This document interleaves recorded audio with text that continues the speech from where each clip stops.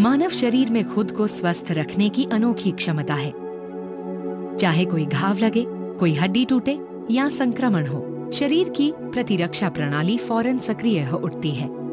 लेकिन कुछ क्षतियां ऐसी होती हैं जिन्हें पूरी तरह से ठीक नहीं किया जा सकता, और यही भूमिका शुरू होती है शरीर को ठीक करने की ताकत रखने वाले स्टेम सेल्स की। आज भारतीय क्लिनिशियंस कॉर्नियल ब्लाइंडनेस यानी कॉर्निया के कारण होने वाली दृष्टिहीनता का इलाज करने के लिए इन सेल्स का इस्तेमाल कर रहे हैं। लेकिन स्टेम सेल्स के जरिए स्थायी दृष्टिहीनता को कैसे ठीक किया जा सकता है? यही है आज का विज्ञान का सवाल।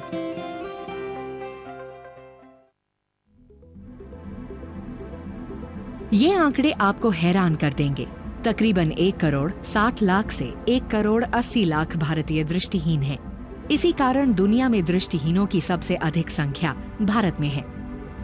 इससे भी ज्यादा तादाद ऐसे लोगों की है जिनकी पहुंच आंखों की देखरेख संबंधी बुनियादी सुविधाओं तक नहीं है।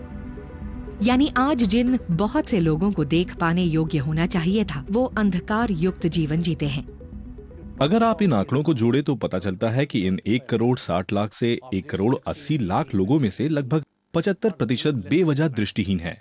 इस दृष्टिहीनता को रोका जा सकता है, इसका इलाज किया जा सकता है। बेवजह की ये दृष्टिहीनता आंखों की देखरेख संबंधी गुणवत्ता और भारत के सबसे गरीब समुदायों के बीच मौजूद बड़े अंतर का खुलासा करती है। ज्यादातर लोग आंखों के लिए जरूरी देखरेख तक पहुंच नहीं बना पाते। जो ऐसी पहुंच बना भी पाते हैं, वो काफी पैसा खर्च करके शहरों के बड़े नेत्र चिकित्सालयों में जाते हैं। बहुत से लोग देख पाने की उम्मीद में लंबी लंबी दूरियां तय करते हैं। हम कुरनूल जिले में मौजूद नंदयाल के नजदीक एक छोटे से गांव तंगातूर से आए हैं। घर में कुछ निर्माण कार्य चल रहा था। मेरी बेटी वहीं खेल रही थी कि वो गिरी और उसकी आंख में सीमेंट चला गया, तो हम उसे नंदयाल ले आए। डॉक्टरों ने सुझाव दिया कि हमें उसे हैदराबाद के एलवी प्रसाद आई इंस्टीट्यूट ले जाना चाहिए। कम उम्र स्वाति की पूरी जिंदगी उसके सामने पड़ी थी, लेकिन उसे अभी से एक बड़ी चुनौती का सामना करना पड़ गया था। एक हादसे की वजह से उसकी एक आंख कॉर्निया को हुई क्षति की वजह से खराब हो गई थी। आखिर ये कॉर्निया क्या है और ये क्या करता है? कॉर्निया आंख के अगले हिस्से को ढकने वाली ऊतक यानी टिश्यू की पारदर्शी परत है। इसके जरिए रोशनी आंख में दाखिल होती है और इसके पीछे मौजूद ऑप्टिकल लेंस पर उसे फोकस करने में मदद करती है। पारदर्शी कॉर्निया एक बहुत ही नाजुक ऊतक होता है। जरा सी चोट या केमिकल एक्सपोजर से भी इसकी पारदर्शिता खत्म हो सकती है, जिससे दिखना बंद हो सकता है। स्वाति जैसे असंख्य लोगों के लिए कॉर्निया को क्षति होने का मतलब है कुछ भी नजर न आना, और ये मान लिया जाता है कि इस स्थिति का इलाज नहीं हो सकता। लेकिन अब वैज्ञानिक इसका एक समाधान ढूंढ रहे हैं, और इसके लिए उन्हें ज्यादा दूर जाने की जरूरत नहीं है। आंख में कॉर्निया वाले क्षेत्र के चारों तरफ एक कमाल का छल्ला होता है। इसे कहा जाता है लिम्बस। लिम्बस में स्टेम सेल होते हैं। स्टेम सेल से मतलब है कि मैं अपने ही शरीर की और रचना करता हूं, और साथ ही दूसरी तरह के सेल्स भी बनाता हूं। खुद ऐसे सेल्स बना पाना और दूसरे किस्म के सेल बनाने की इस दोहरी योग्यता को स्टेमनेस कहते हैं। स्टेमनेस एक शब्द है जो स्टेम सेल्स की कमाल की योग्यता को बताता है। ये हमारे शरीर में मौजूद ऐसे खास सेल होते हैं जो किसी भी अन्य सेल की शक्ल में ढल सकते हैं, जैसे कि मांसपेशी, तंत्रिकाएं और खून आदि। आंख के लिम्बस में मिलने वाले सेल्स में भी यही गुण होता है। उन्हें लिम्बल एपिथेलियल स्टेम सेल्स कहा जाता है। क्षतिग्रस्त कॉर्निया के लिए इसका क्या मतलब है? सैद्धांतिक रूप से इसका मतलब है कि लिम्बल एपिथेलियल स्टेम सेल्स बढ़कर एक नए और स्वस्थ कॉर्निया की शक्ल ले सकते हैं। लेकिन इस सिद्धांत को वास्तविकता में किस प्रकार परिवर्तित किया जा सकता है? यही सवाल हैदराबाद स्थित एलवी प्रसाद आई इंस्टीट्यूट के डॉक्टर वीरेंद्र सांगवान ने पूछा था। मैंने बहुत से मरीजों के मामले में ये देखा कि डॉक्टर उनसे कहते थे कि आपके मामले में कुछ नहीं किया जा सकता, और मुझे इस स्थिति को लेकर बड़ा अफसोस हुआ करता था। मैं कहता था कि ऐसा कुछ तो होना चाहिए जो हम कर सकें। तो कुछ कर सकने की इस प्रक्रिया के दौरान मेरा सामना एक लेख से हुआ जिसमें इटली में ऐसे ही मरीजों के सिलसिले में क्लेट यानी कल्टीवेटेड लिम्बल एपिथेलियल ट्रांसप्लांट के बारे में लिखा गया। मैंने कहा अगर वहां ऐसा हो सकता है तो हम यहाँ ऐसा क्यों नहीं कर सकते। 90 के दशक के उत्तरार्ध में भारत में कोई भी लिम्बल स्टेम सेल से स्वस्थ कॉर्निया को उगाने संबंधी टेक्नोलॉजी से परिचित नहीं था। भारत के किसी भी अस्पताल में क्लेट यानी कल्टीवेटेड लिम्बल एपिथेलियल ट्रांसप्लांट को कभी नहीं किया गया था। लेकिन डॉक्टर सांगवान ने इन हालात को बदलने की ठान रखी थी, तो उन्होंने एलवी प्रसाद आई इंस्टीट्यूट के शोधकर्ताओं की मदद ली। दोनों ने साथ मिलकर क्लेट ऑपरेशन का एक देसी विकल्प तैयार किया। तो आखिर ये क्लेट है क्या? क्लेट की शुरुआत एक ऐसे मरीज पर सामान्य सर्जरी के जरिए होती है जिसके कॉर्निया की क्षति हुई हो। सबसे पहले मरीज की स्वस्थ आंख से लिम्बल टिश्यू को हटाया जाता है। इस टिश्यू में काफी संख्या में लिम्बल एपिथेलियल स्टेम सेल्स होते हैं। ये सेल्स बीज जैसे होते हैं और अगर इनकी अच्छी तरह देखरेख की जाए तो इनसे एक बिल्कुल नया कॉर्नियल टिश्यू पनप जाता है। इसीलिए इन्हें लैब में ले जाया जाता है। यहाँ इन्हें किसी बाग यानी गार्डन में उगाई जाने वाली घास की ही तरह कल्चर किया जाता है। लेकिन मिट्टी के बजाय इन स्टेम सेल्स को एक भिन्न मीडियम में रखा जाता है। ये मीडियम होता है एमनियोटिक मेम्ब्रेन, जो पोषक तत्वों से भरपूर और जैविक रूप से सुरक्षित होता है। इसे बच्चे के जन्म के समय हासिल किया जाता है। ये सतह होती है इंसानी एमनियोटिक मेम्ब्रेन। आप पूछेंगे ये क्या है? दरअसल जब हम पैदा होते हैं तो हम एक थैली से बाहर आते हैं। इसमें प्लेसेंटा और एमनियोटिक मेम्ब्रेन होते हैं और ये बड़े काम की चीज है।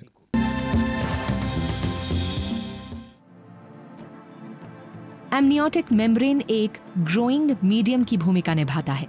ये कॉर्निया में लिम्बल एपिथेलियल स्टेम सेल्स को बढ़ने में गति प्रदान करता है। इसके लिए लिम्बल टिश्यू को पहले छोटे छोटे टुकड़ों में काटा जाता है, फिर इसे एमनियोटिक मेम्ब्रेन पर छिड़का जाता है।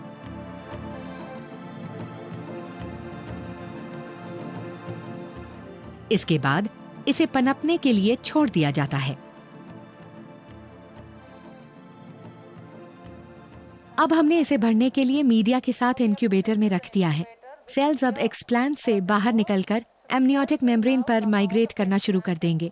ये 2 हफ्ते की अवधि तक उगते रहेंगे। तो 2 हफ्ते खत्म होने पर सभी सेल मेम्ब्रेन तक माइग्रेट हो चुके होते हैं और आपको एमनियोटिक मेम्ब्रेन पर एपिथेलियम की एक बढ़िया सी परत मिल जाती है। अब इसे ट्रांसप्लांटेशन के लिए मरीज के पास ले जाया जाता है। 2 हफ्ते बाद स्टेम सेल से एक नया कॉर्निया विकसित हो जाता है। ऑपरेशन थिएटर में इसे क्षतिग्रस्त कॉर्निया की जगह लगा दिया जाता है। मरीज को फौरन ही अपने ऑप्टिकल लेंस के ऊपर एक पारदर्शी कवर हासिल हो जाता है। कुछ ही हफ्तों में ज्यादातर मरीजों को साफ साफ दिखने लगता है और उनकी नजर बहाल हो जाती है।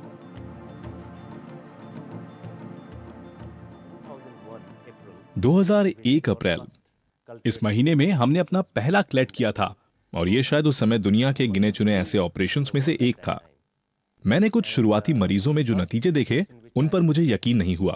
मैं सोचने लगा क्या ये मुमकिन है? मुझे लगा कि ये मुमकिन हो सकता है, लेकिन इस तरह के नतीजे ने मुझे हैरान कर दिया।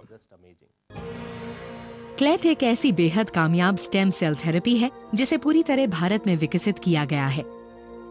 क्लिनिकल ट्रायल्स में इसकी कामयाबी की दर 76% बताई गई है।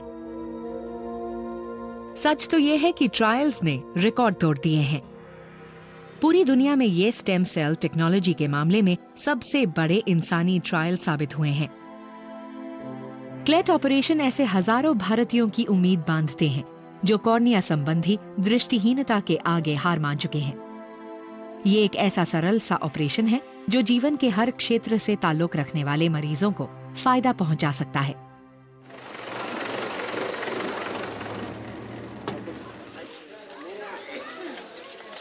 लेकिन इतनी उन्नत स्टेम सेल थेरेपी भला किस तरह सबसे गरीब और सबसे दूर दराज मरीजों तक पहुंच सकती है? ऐसे में काम आती है एक और नई खोज।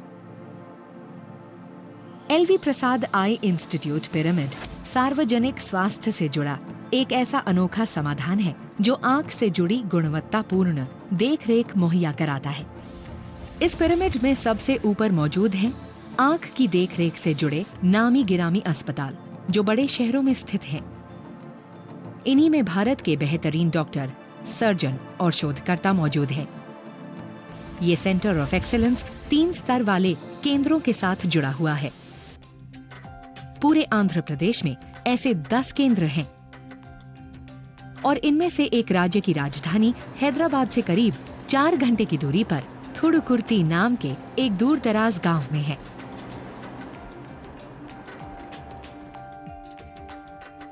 बेशक ये इलाका दूर दराज है, लेकिन थुडुकुर्ती टर्शरी सेंटर आंखों की देखरेख से जुड़ी विश्व स्तरीय सेवाएं मुहैया कराता है। चाहे बुनियादी सलाह मशवरा हो, ऑपरेशन वगैरह की बात या दाखिल मरीजों से जुड़ी सेवाएं, ये आसपास के गांवों के लगभग 5 लाख लोगों के लिए हर तरह की सुविधाएं मुहैया कराता है। यहाँ आंखों की देखरेख से जुड़ी हर तरह की सहूलियतें निःशुल्क दी जाती हैं, जो इनका खर्च नहीं उठा सकते। हम इसके लिए सेंटर शब्द का इस्तेमाल करना बेहतर समझते हैं, क्योंकि ये अस्पताल से कहीं ज्यादा है। यहाँ सिर्फ इलाज नहीं होता, हम यहाँ पूरे समुदाय के लिए एहतियात से जुड़े कार्यक्रम भी चलाते रहते हैं। ये केंद्र इस काम को करता रहता है। हम ऐसे लोगों का रिहेबिलिटेशन करते हैं जिनकी दृष्टिहीनता का इलाज नहीं हो सकता, यानी आंखों की देखरेख के सिलसिले में यहाँ सभी सुविधाएं हैं। मरीजों के अलावा ये जगह डॉक्टरों और ऑप्टोमेट्रिस्ट के लिए भी बढ़िया है, जिन्हें इस दूर दराज जगह पर पोस्टिंग के दौरान भी शहर के तमाम सुख मिलते हैं। हम जितने मरीजों का इलाज यहाँ कर रहे हैं, उससे हमें बहुत अनुभव हासिल हो रहा है। हम हर महीने 700 से 1000 मरीज देखते हैं। 1 साल के अंदर ही हमारा आत्मविश्वास काफी बढ़ा है। 1 साल पहले जब मैंने यहाँ ज्वाइन किया था, तब और आज में मुझे अपने अंदर बहुत फर्क महसूस होता है। थुडुकुर्ती जैसे सेंटर बहुत से ऐसे ग्रामीण इलाकों तक अपनी पहुंच रखते हैं जिन्हें ऐसी सेवाएं हासिल नहीं थी। लेकिन क्या समुदाय में और अंदर तक पहुंच बनाने का कोई रास्ता है? पिरामिड के मुताबिक इसका जवाब है हाँ। विजन सेंटर थुडुकुर्ती जैसे केंद्रों से जुड़े हुए हैं और 20 से 25 गांवों को अपनी सेवाएं देते हैं। ये अक्सर 2 कमरे वाले ऐसे केंद्र होते हैं जो बड़े सरल समाधान मुहैया कराते हैं, जैसे कि नजर का चश्मा, जो किसी मरीज की जिंदगी बदल सकता है। विजन केंद्रों को विजन टेक्नीशियन चलाते हैं, जो अक्सर स्थानीय समुदाय से ही ताल्लुक रखते हैं। हायर स्टडी को जाने के लिए मेरे फैमिली बैकग्राउंड सपोर्ट नहीं कर रही थी, सो मैं कुछ करना चाहिए ऐसा। इसमें मैं सर्चिंग में थी, उसमें थुडुकुर्ती वालों का वहाँ पे विजन टेक्नीशियन का प्रोग्राम ऐसा चल रहा, उन लोग ही इसे स्पॉन्सर करेंगे और कुछ खर्चा नहीं होगा, ऐसा मुझे मालूम पड़ा। इस तरह के विजन सेंटरों ने बेहद बुनियादी स्तर पर ही आंखों की देखरेख के क्षेत्र में क्रांति ला दी है। ये लोग बेवजह की दृष्टिहीनता का मुकाबला उसकी शुरुआत वाली जगह ही कर रहे हैं। चाहे आंख का संक्रमण हो, मोतियाबिंद हो या चश्मे की जरूरत वाली रिफ्रैक्टिव समस्याएं, इन सब का पता लगाकर सेंटर में ही इनका इलाज किया जाता है। अगर मामला ज्यादा गंभीर होता है तो फिर हैदराबाद के डॉक्टरों से एक साइबर कनेक्शन स्थापित किया जाता है। मरीज की रिपोर्ट झटपट उन तक भेजी जाती है और किसी दूर दराज गांव में बैठे किसी मरीज को भी विश्व स्तरीय इलाज हासिल हो जाता है। तो एलवी प्रसाद आई केयर पिरामिड की मेहरबानी से स्वाति जैसे युवा मरीजों के लिए नजर फिर से हासिल करने की संभावनाएं बढ़ जाती हैं। स्वाति डॉक्टर वीरेंद्र सांगवान और उनकी टीम द्वारा पेश किए गए ताजा तरीन स्टेम सेल ऑपरेशन का लाभ उठाने के लिए करीब 200 किलोमीटर का सफर करके आई हैं। ये एक ऐसा ऑपरेशन है जो बेहद कामयाब क्लेट ऑपरेशन को और आगे ले जाता है। ये बदलाव बुनियादी तौर पर इसलिए आया ताकि ये तकनीकी लोगों तक पहुंच सके। अगर हम क्लेट तक ही सीमित रहते तो हम किसी भी हालत में ज्यादा लोगों तक नहीं पहुंच सकते थे, क्योंकि किसी साफ सुथरे कमरे या CGMP लेबोरेटरी को बनाना ही अपने आप में बहुत महंगा पड़ता है। इस नई तकनीक को कहा जाता है सिंपल लिम्बल एपिथेलियल ट्रांसप्लांट या स्लेट। लेकिन ये क्लेट से अलग किस तरह है? क्लेट में मरीजों को ऑपरेशन के लिए एक बार नहीं बल्कि 2 बार जाना पड़ता है। पहले लिम्बल टिश्यू निकलवाने के लिए और फिर 2 हफ्ते बाद ट्रांसप्लांटेशन के लिए। लेकिन स्लेट के तहत एक ही बार में ये ऑपरेशन हो जाता है। लेकिन इस टेक्नोलॉजी का विकास कैसे हुआ? डॉक्टर सांगवान के दिमाग में ये विचार ब्रिटेन में यूनिवर्सिटी ऑफ शेफील्ड की डॉक्टर शीला मैकनील के साथ बातचीत करके आया। उन्होंने एक शब्द कहा और मेरे दिमाग में फौरन विचार आया, अरे ये काम इस तरह भी किया जा सकता है। उन्होंने कहा कि स्टेम सेल के मामले में हमें एक टी बैग अप्रोच अपनानी चाहिए। तो मैं सोचने लगा कि मुझे ये काम पहले ही कर लेना चाहिए था। मैं कल ही ये काम करता हूँ। तो इस अनोखी सोच में आखिर है क्या?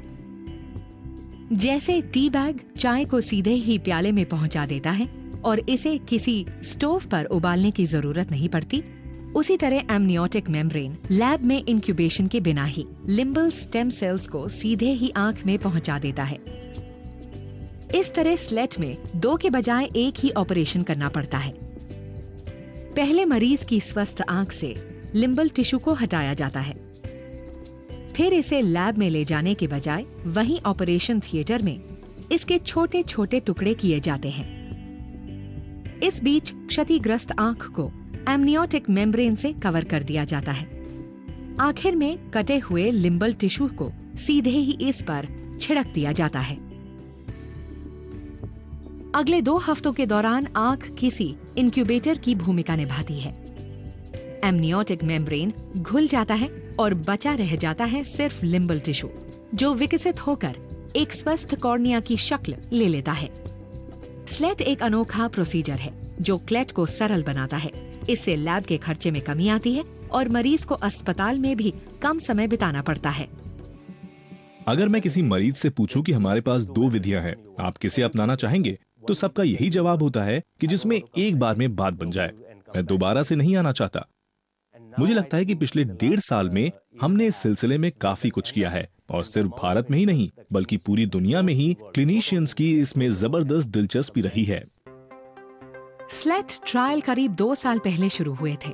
तब से डॉक्टर सांगवान और उनकी टीम को 1 साल के फॉलोअप के दौरान मरीजों में कामयाबी की दर 85 से 90% नजर आई है। इसका मतलब ये है कि स्वाति जैसे मरीजों के लिए कॉर्निया से होने वाली दृष्टिहीनता को ठीक करने के सिलसिले में काफी अच्छी संभावना मौजूद है। ऐसे में कोई हैरानी नहीं कि दुनिया भर के सर्जन स्लेट के चमत्कार को खुद अपनी आंखों से देखना चाहते हैं।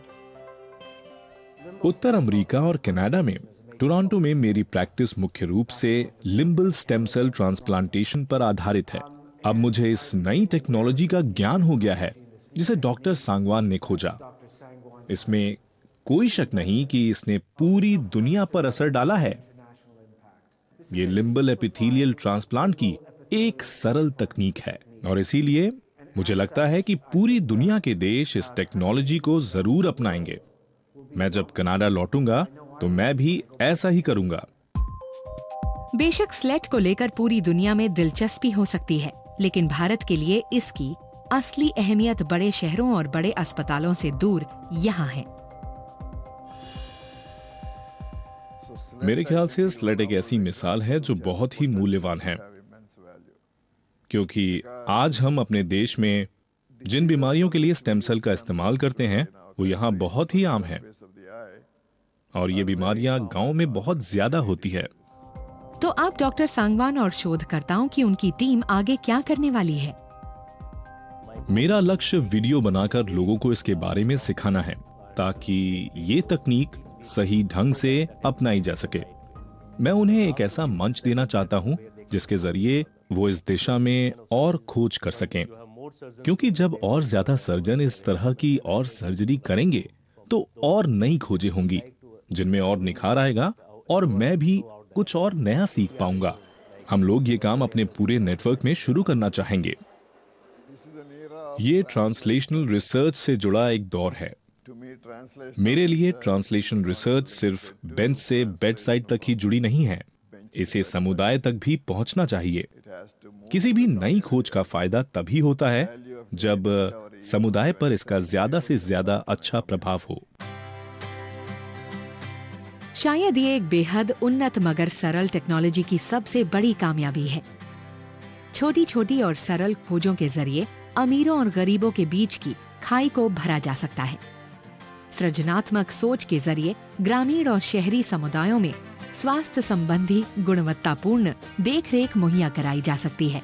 अगर इस तरफ ध्यान केंद्रित किया जाए तो वहाँ भी रोशनी लाई जा सकती है जहाँ कभी सिर्फ अंधेरा होता था।